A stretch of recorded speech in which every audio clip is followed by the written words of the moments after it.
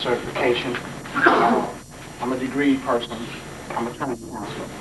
But what I want to do here today is to put that aside because I'm a recovery person. Excuse me.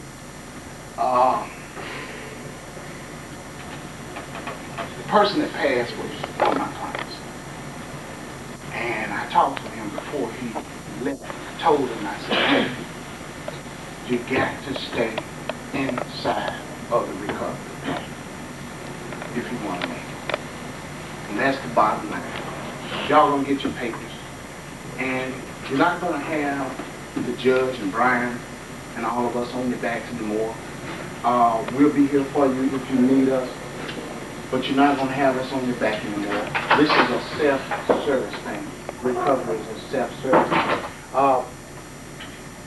I'm an adult child of alcoholics. I started getting high when I was 10 years old. I drank, I smoked dope, I smoked crack 17 years. I lost a 20-year marriage behind drugs.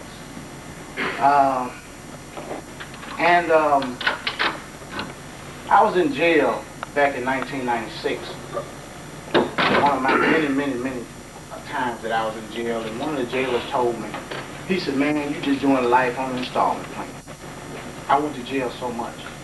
And when I got out this time, I went before the judge, and the judge told me, he said, I told the judge first, I said, well, Judge, I got a problem. I've got an alcohol and drug problem. I'm not a criminal, I'm an alcoholic, and I'm an addict.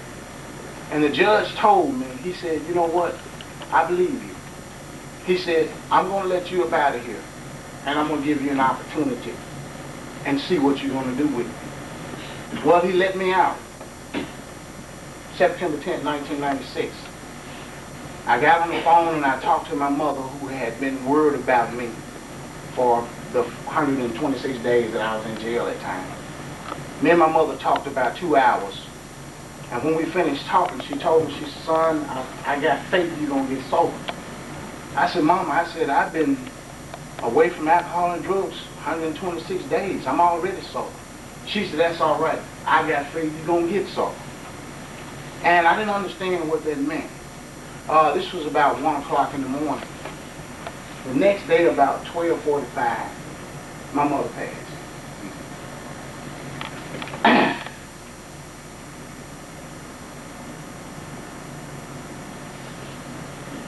I had screwed my life up so bad.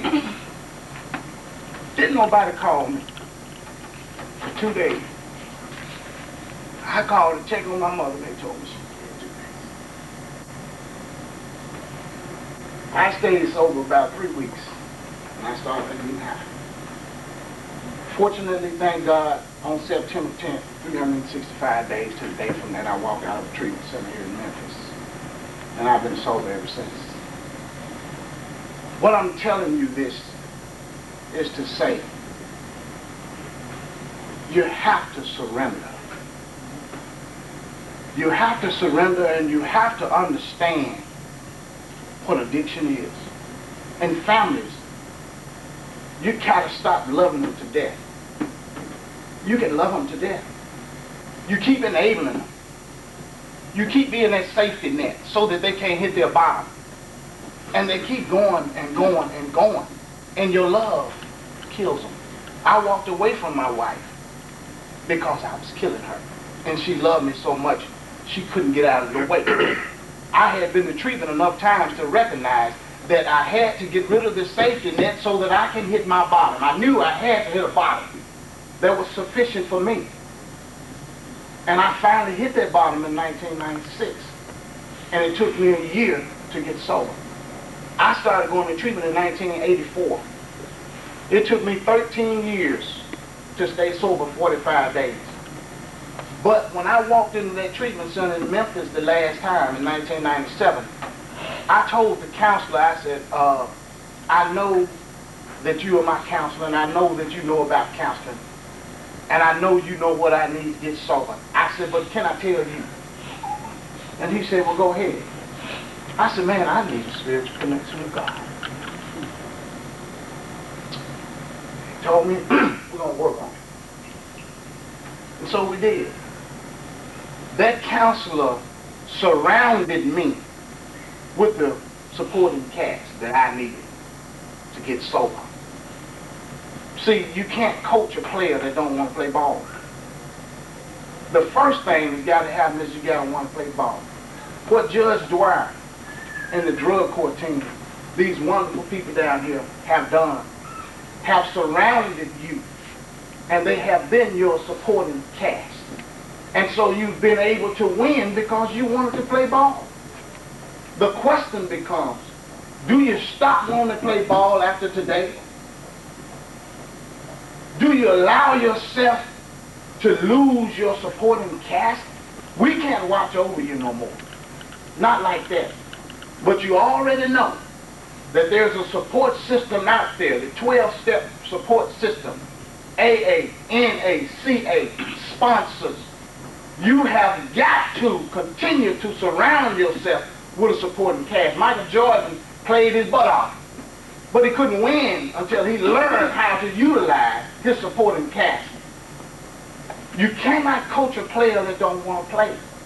And if that player thinks that they can win all by themselves, then they're going to continue to run around looking good in their own head, and they're going to continue to lose. You must leave here. This is a self-service thing from now. You must leave here. You must get involved in the recovery path. It is up to you whether or not you're going to separate, whether or not you're going to lose this thing. You can go forward. Man, you can win. You can make it. You don't ever have to be locked up again. You don't ever have to face the criminal justice system again except as your friends down here. But you got to be willing to continue to play ball. You must be willing. And like the judge has said, if you fail, recognize sometimes it's part of recovery. Get up. Dust your butt off. Get on the telephone and call somebody. If you look like you're getting ready to fail, if you feel like you got to use, get on the phone and call somebody. Now you'll know you, Mr. Holiday, and y'all think I'm crazy down there sometimes, but that's what it's all about. This is war for me. I'm not fighting a war on drugs. I'm not fighting a war on drug addicts, drug dealers. I'm fighting a war on addiction. And I come here today to welcome you to join us. And together, we can pass this blessing on to other people.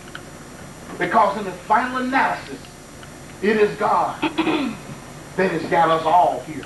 This is an amazing thing. A judge, prosecutors, public defenders, probation folks, all coming together to help us get better rather than locking us up. The real criminals, they don't make it to where you at. Rarely do any of them get there. We weed them out on the way. I ain't got no tolerance for them at all because I'm about sobriety. And that's what it's all about today. And families, support them. If they fall, encourage them to come back. Because we're here for them. And the whole recovery community is here for you. Now I'm going to say my poem because Karen asked me to say my poem and I'm going to sit down. I was in jail in 1996 and I wrote this poem. And it goes like this. Though in jail, jail not in me. Though locked down, my spirit is free. No greater love than that of he who died for my sins up on Calvary. I'm far from home but near to thee. The Lord my God is talking to me. Though in jail, jail not in me. Though locked down, I'm finally free. Hallelujah, hallelujah, I'm praying and crying. New me born, old me dying. Though in jail, jail not in me. Though locked down, my spirit is free. Hallelujah, hallelujah, by his holy name. I'm going to leave this jail and never be the same. I'm going to leave this jail and never be the same. Stay cool.